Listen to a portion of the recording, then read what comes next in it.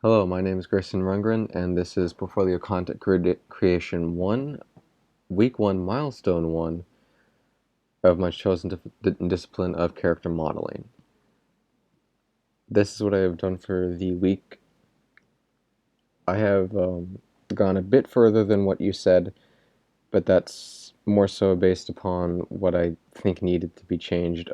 It's nothing too drastic, at least I don't think so, and that's from looking at my model and trying to see what was noticeably different. The biggest changes are the temple and the neck. I'll start off with the temple. It's a little easier to see with this particular material. I did make the area bigger.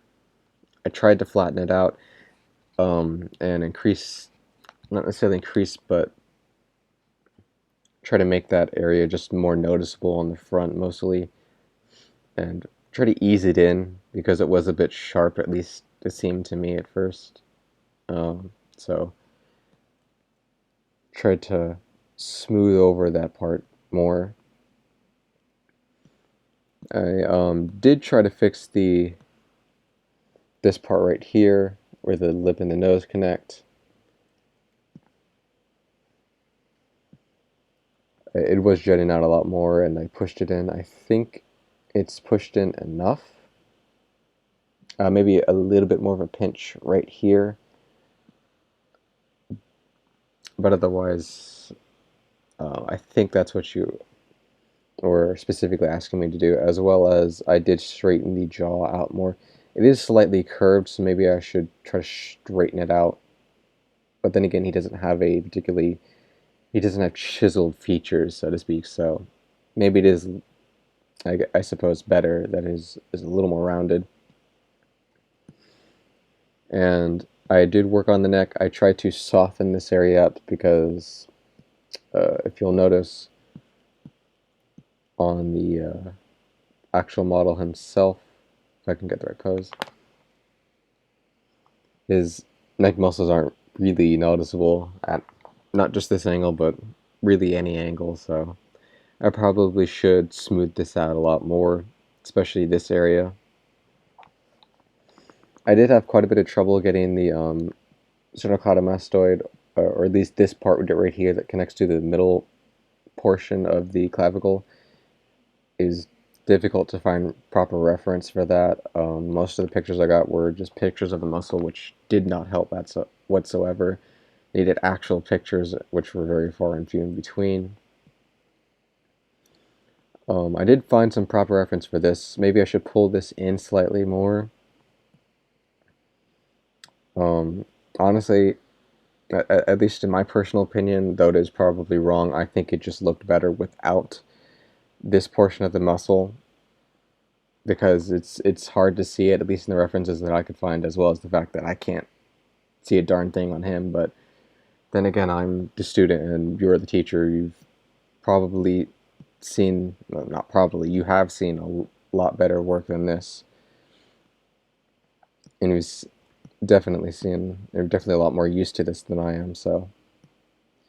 But I just couldn't quite get this to work. This is the best it has looked, because trust me, it has looked a lot worse. It didn't quite look as good before. But overall, I do think I need to smooth out at least this part of the muscle area a bit more, and probably pinch in even further this part of the sternocleidomastoid. But as for the parts that I worked on that you did not specifically say I should, it was in the cheek area, or more specifically around his laugh line.